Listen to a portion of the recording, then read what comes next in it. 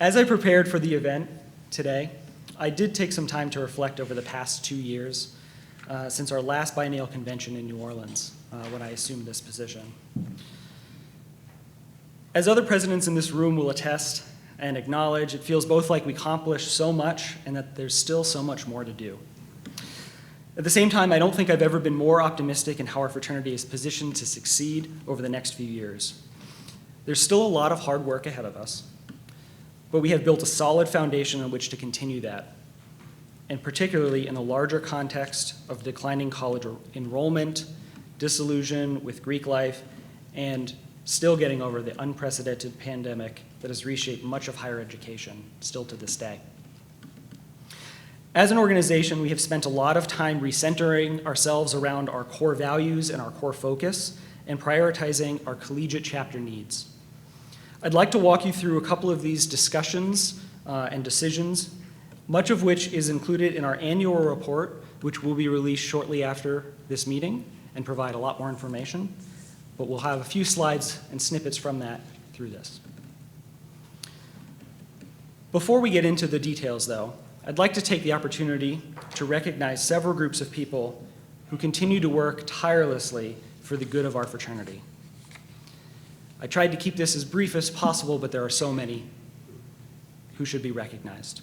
But first and foremost, I really want to recognize our staff, starting with our executive vice president role, which is the chief staff member of our entire fraternity and has recently just changed.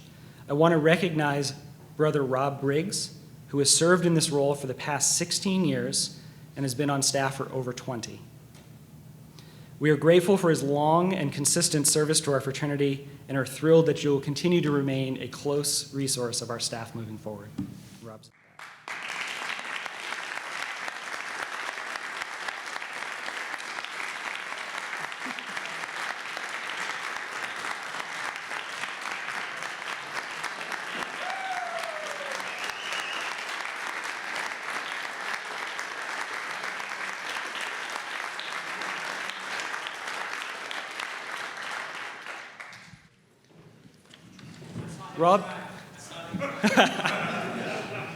Rob told me he doesn't want any recognition this weekend, so make sure you shower on him.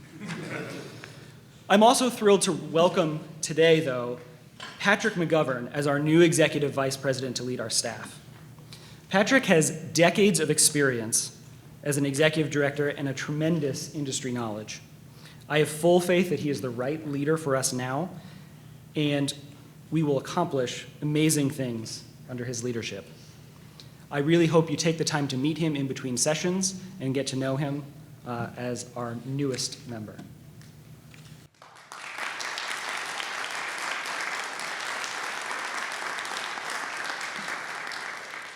I also want to recognize our greater team, without whom we would not be able to run the fraternity or great events like this.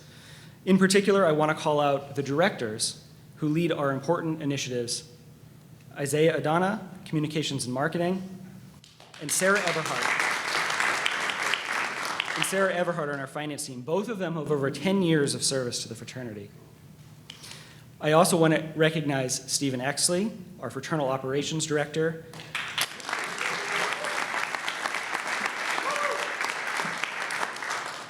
and Travis Smith, our Director of Fraternal Growth.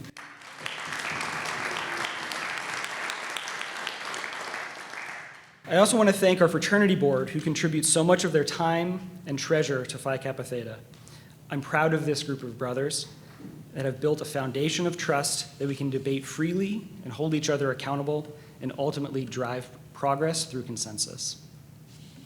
The foundation board is a separate entity charged with raising funds to support the mission of our fraternity.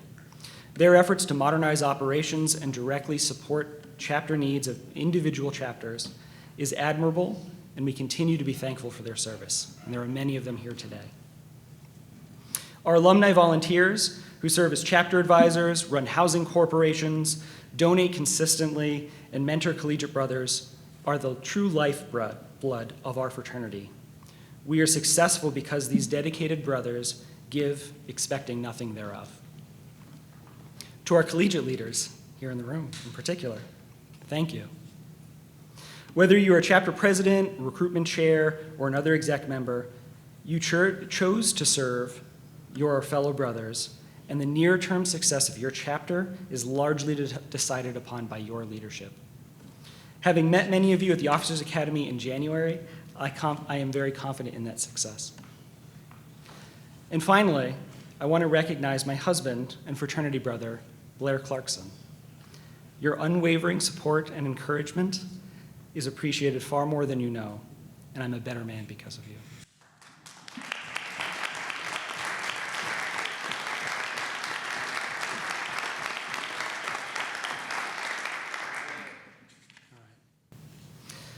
The mission of Phi Kappa Theta is to actively develop men to be effective leaders who passionately serve fraternity, society, and God. This, in conjunction with our motto, "Give expecting nothing thereof," truly represents the core of who we are as an organization. Everything we do and teach should directly link back to these statements. I think one of the best ways to measure this is by looking at our own membership. In many respects, we've been successful here. Consider some of our fraternity greats: Bill Grogan, Jim Dickow, Tony Zananti, Greg Stein, Ed Sibilli. Their absence in this room today is particularly notable, but I see many in this room today who have picked up their mantle and continue serving our mission and furthering our fraternity. After all, what is our mission except for how it is lived out by our members? That is why we continue to prioritize our resources to ensure we have safe chapter operations, well-rounded brothers. We need to continue to challenge ourselves to be an organization welcoming and sought after by men of many backgrounds. Our brothers should never question their belonging or purpose within our organization, and always find comfort and strength within our values.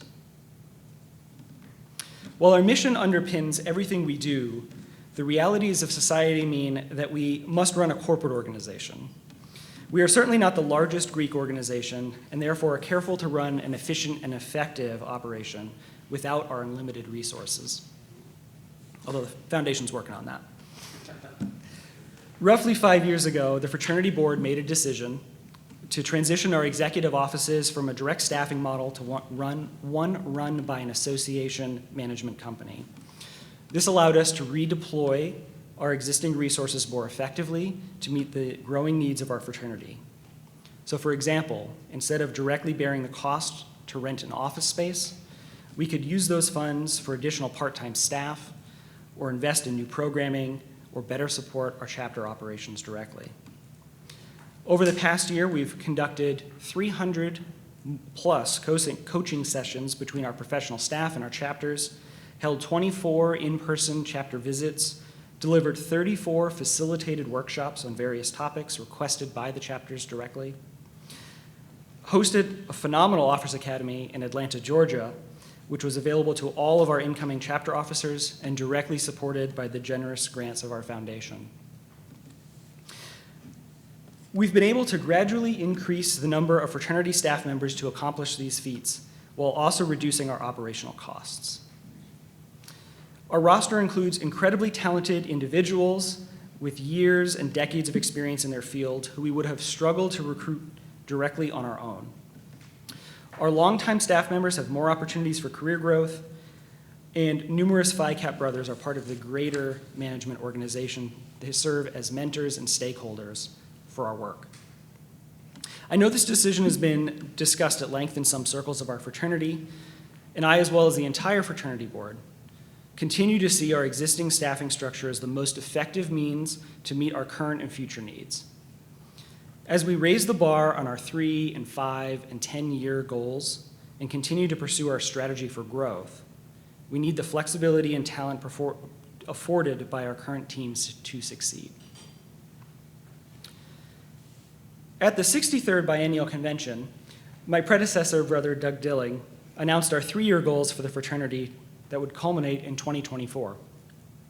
Those goals were initiating 750 new members into Phi Kappa Theta annually, achieving a 75% retention rate of members through graduation, and engaging with 20% of our brothers within a 12-month period of their graduation. As we reviewed our progress during the year of this plan and refined our approach, we actually agreed to accelerate the achievement of those goals by the end of 2023, a full year early.